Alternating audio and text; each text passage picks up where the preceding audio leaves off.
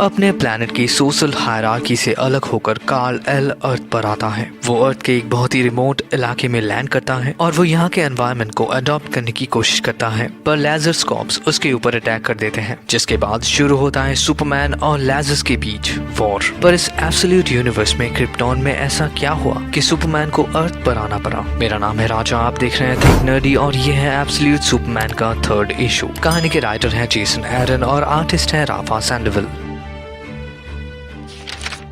6 साल पहले krypton Karl L अपने पेरेंट्स के साथ अपने लाइफ को एंजॉय कर रहा है, पर फिर भी उसका लाइफ नॉर्मल क्रिप्टोनियन बच्चों के जैसा नहीं है। कार्ल एल ना ही खेल में अच्छा है और ना ही उसे लड़ाइयाँ पसंद है। वो अपने क्लास के दूसरे बच्चों से बहुत अलग सोच रखता है। लॉगिल ट्रेनिंग एकेडमी उसके जैसे सोच रखने वाले बच्चों के लिए तो बिल्कुल नहीं है, और वो अपने स्टडीज में इतना अच्छा भी नहीं है कि उसे डायरेक्ट साइंस लीग में एडमिशन मिल जाए। पर कार्ल को इन सब चीजों से बिल्कुल भी फर्क नहीं पड़ता, क्योंकि उसे लेबर गिल्ड्स पसंद है। उसके पेरेंट्स जहाँ पर काम करते हैं उसे रेडलैंड बहुत ही ज्यादा पसंद है। उसे अपने दोस्त क्रिप्टो के साथ रेड लैंड पर दौड़ना पसंद है। वो इस दुनिया में सिर्फ 2 लोगों को जानता है और वो है उसके पेरेंट्स। कार्ल के पेरेंट्स उसे हाइकिंग और कैंपिंग में अपने साथ ले जाते हैं ताकि वो इस प्लेनेट को अच्छे से जान सके। पर्पल क्वेरीज और रोलिंग पिंक हिल इनका सबसे फेवरेट जगह है। एक दिन वो रेड क्रिस्टल कैबिन में जाते हैं। कुछ टाइम के लिए वो इस खूबसूरत नजारे को देखते रहते हैं। ऐसे में जॉर कार्ल से कहता है, हम लोगों को तुमसे कुछ बात करनी है कार्ल। तुम्हारे टीचर ने हमें कुछ बताया है। क्या तुम साइंस लीग के ल्यूमिनेरियम की मदद से अपना होमवर्क कंप्लीट करते हो? लारा कहती है, तुम्हें अपना होमवर्क खुद से करना चाहिए कार्ल, तुमने जो किया वो गलत है। ये सुनकर कार्ल कहता है, हाँ मुझे पता है, पर मुझे लिखना पसंद है, मुझे लिखने से खुशी मिलती है। लारा और जॉर दोनों ही कार्ल के सामने बैठते हैं। वो भी कार्ल को समझाने लगते हैं, ल्यूमिनेरियम नॉलेज का भंडार है, पर हम लोग उसे ऐसे ही यूज नहीं कर सकते। ये हमारे 3000 साल पुराने ट्रेडिशन के खिलाफ है कार्ल। हाँ ये बात अलग है कि ये कोई ऑफेंस नहीं है, पर हमें अपने ट्रेडिशन को फॉलो करना चाहिए। ये सुनकर लारा कहती है, मुझे तुम्हारे ग्रेड्स के बारे में कुछ परवाह नहीं है। मुझे पता है तुम बहुत ही शार्प हो और तुम्हारे जैसा नेक दिल इस प्लेनेट पे दूसरा नहीं है, तो मुझे पता है तुम अपना रास्ता खुद से ही ढूंढ लोगे। ये सुनकर कार्ल कहता है, हाँ मुझे भी आपके जैसे ही लेबर बनना है और इसी रेडलैंड पर रहना है। ये तीनों अभी क्रिप्टॉन के रेड सन को देखने लगते हैं जो अभी डूब रहा है। आज का दिन इन तीनों के लिए ही अच्छा गया, पर जॉरल घर लौटते ही अपना काम शुरू कर देता है। वो उस रेड क्रिस्टल से सैंपल्स इकट्ठा करने लग जाता है और वो हमेशा यही सोचकर अपना काम शुरू करता है कि बस एक बार इस प्लेनेट के बारे में उसका सोच गलत हो जाए, लेकिन हमेशा उसे निराशा हाथ लगती है। ये प्लेनेट धीरे धीरे मर रहा है और जॉरल के पास बहुत ही कम टाइम बचा है। कार्ल को अपने पेरेंट्स के काम काज के बारे में कुछ भी पता नहीं है, पर हाँ उसे इतना पता है कि जब से उसके डैड उस माइन फील्ड से लौटे हैं तब से उनके काम काज का तरीका बहुत बदल गया है। उसके पेरेंट्स घंटों तक अपने गैरेज में काम करते हैं। टाइम टू टाइम कार्ल उनके काम काज को चेक करता है और वो भी उनके काम से रिलेटेड कुछ चीजों को सुन लेता है। जॉर, हम लोगों को और ज्यादा सनस्टोन्स चाहिए। पता है लॉरा, पर हम लोगों के पास ज्यादा टाइम नहीं है, पर उससे पहले हम लोगों को साइंस लीग को सब कुछ बताना है। काश वो इस चीज को समझे। ये सुनकर लॉरा कहती है, तुम्हें अभी भी लगता है कि साइंस लीग को कुछ पता नहीं है? वो अभी भी सब कुछ छुपा रहे हैं जॉर, और अगर उन्हें हमारे इस प्लान के बारे में पता चलता है तो वो यहाँ पर आकर सब कुछ जब्त कर लेंगे। आवाज को दबाने में साइंस लीग से बेहतर और कौन हो सकता है? कार्ल अपने पेरेंट्स की बातों को छिपकर सुन रहा है। उसे कुछ समझ तो नहीं आ रहा है, पर उसे इतना पता है कि उसके पेरेंट्स वरीड हैं। कार्ल अभी उस गराज से बाहर निकलता है।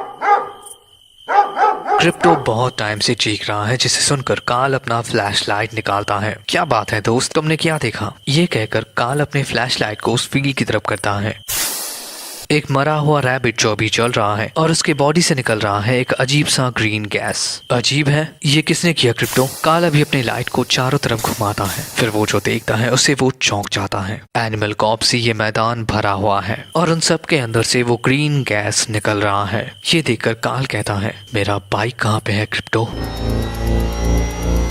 कार्ल इस चीज को अपने तरीके से इन्वेस्टिगेट करता है। वो अपने हवर बाइक में सवार होकर रेड लैंड की तरफ बढ़ने लगता है। कार्ल अभी देखता है कि पेड़ पौधे भी इस गैस से जल रहे हैं। मछलियाँ, जानवर सभी इस गैस की चपेटे में आ रहे हैं। बहुत ही अजीब चीजें क्रिप्टॉन पर हो रही हैं। कार्ल अभी इन सब चीजों के बारे में लिखना शुरू करता है। उसे अभी अपने लोगों को बताना है कि इस प्लेनेट पर क्या चल रहा है, पर अपने बातों को प्रूव करने के लिए उसे चाहिए एविडेंस। कुछ दिनों के बाद कार्ल का क्लास कैंडोर के साइंस लीग में एक एक्सपीडिशन में जाता है। है। वो अपने रास्ते में आए कई सारे एक्सीडेंटल लोकेशंस को नोटिस करता है जिन्हें न्यूज चैनल्स नेचुरल डिजास्टर्स का नाम दे रहे हैं। कार्ल अभी उन सब चीजों के बारे में लिखना शुरू करता है। बस कुछ ही दिनों में वो अपनी कहानी को खत्म करता है और फिर वो उसे अपने स्कूल के न्यूज बोर्ड पर लगा देता है। पर कुछ ही घंटों के अंदर वो रिपोर्ट न्यूज बोर्ड से हटा दिया जाता है। उसके कंप्यूटर से उसके नोट्स, रिसर्चेस सब डिलीट हो जाते हैं। कार्ल को धीरे धीरे साइंस लीग का असलियत नजर आने लगता है, पर उसके क्लास के दूसरे बच्चों को साइंस लीग ने ब्रेन वॉश कर रखा है। कार्ल को अभी इस क्लासरूम में घुटन महसूस होने लगता है। वो अभी टेरेस की तरफ जा रहा है। कार्ल अभी भी उस ग्रीन गैस के बारे में सोच रहा है। ऐसे में एक चीख सुनकर वो एक फ्लोर पर रुक जाता है। बिल्डिंग के गार्ड्स जॉ और एल को घसीटते हुए कहीं पर ले जा रहे हैं। नहीं,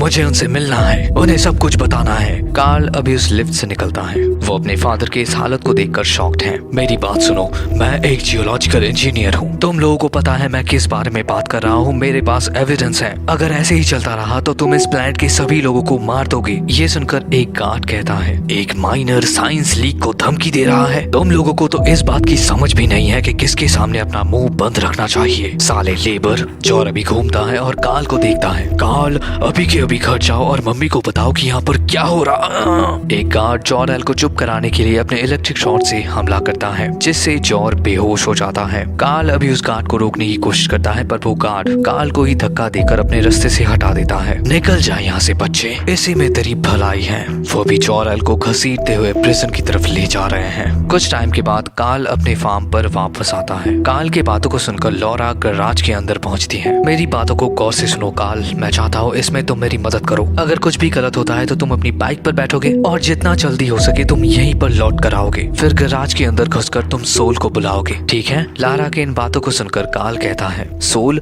पर ये सोल कौन है? हेलो कार्ल, मेरा नाम है सोल और मैं तुम्हारे लिए हमेशा तैयार हूँ। गैराज के उस अंधेरे कोने से एक कंप्यूटर वॉइस कार्ल से बात करता है। ऐसे में कार्ल अपनी मॉम से पूछता है, पर आप क्या करने जा रही हैं? ऐसे में लॉरा कार्ल की तरफ मुड़ती है। वो भी अपने नए आर्मर में है और ये आर्मर बहुत ही अजीब तरीके से ग्लो कर रहा है। लॉरा के हाथों में एक पावरफुल कैनन है।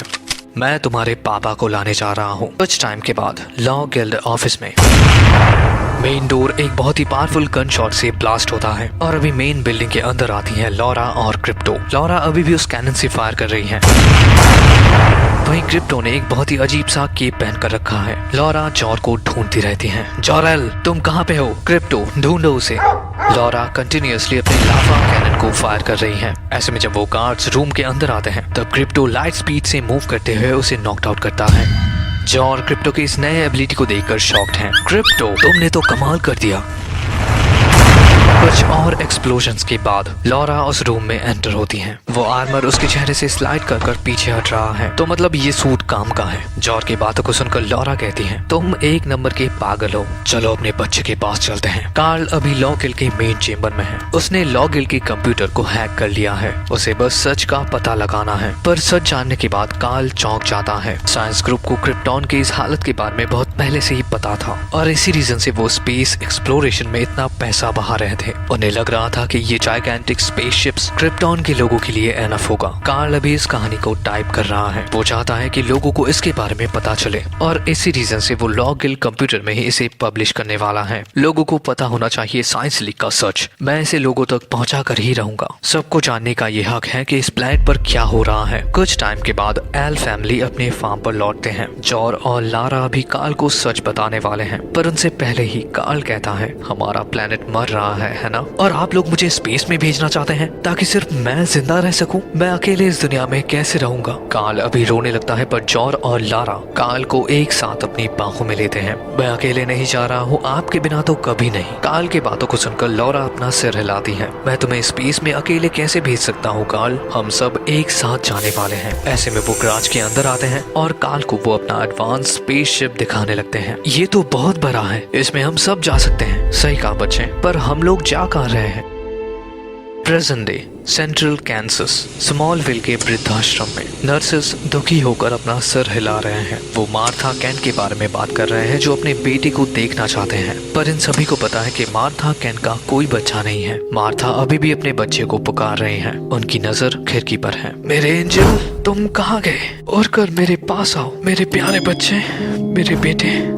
और यहीं पर खत्म होता है एब्सोल्यूट सुपरमैन का थर्ड इशू। क्रिप्टॉन अभी मर रहा है और सभी क्रिप्टोनियंस को ये बात पता है, पर मार्था केंट का क्या? उसे काल के बारे में कैसे पता चला? क्या इसका मतलब यही है कि इस यूनिवर्स में कुछ प्रॉब्लम है? तो ये तो हम लोगों को फ्यूचर इश्यूज में ही पता चलेगा। वीडियो कैसा लगा कमेंट में जरूर बताना और मिलते हैं आपसे अगली वीडियो में। Till then take care and peace out.